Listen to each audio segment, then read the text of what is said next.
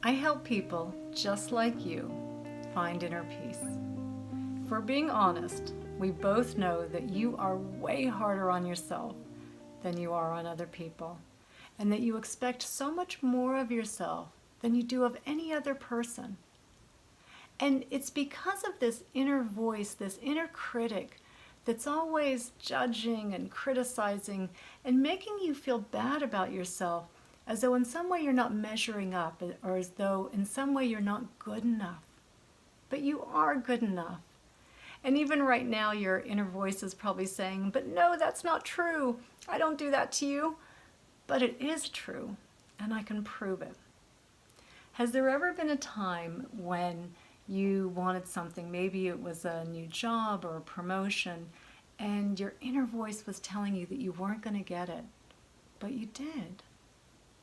Has there ever been a time when you thought someone was mad at you, and your inner voice was tormenting you about all of the ways in which you might have screwed up or done something wrong, and yet you found out later that nothing was wrong at all?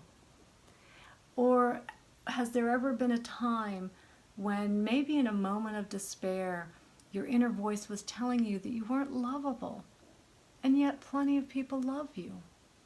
Doesn't that prove that your inner voice is often wrong? And the reason that you listen to your inner voice is because you think it's giving you good advice, that it's helping you. And in its own way, it is trying to help you, but it often ends up hindering you or harming you. And it's often really hard to know the difference. So is there anything that you can do? Is there an alternative to this? Of course there is. Inner peace is not some mythical state of mind that only yogis in the Himalayas achieve. Right now, there are plenty of people in the corporate world, first responders or other stressful type jobs, that are able to maintain their equanimity and their peace under really stressful conditions. And guess what?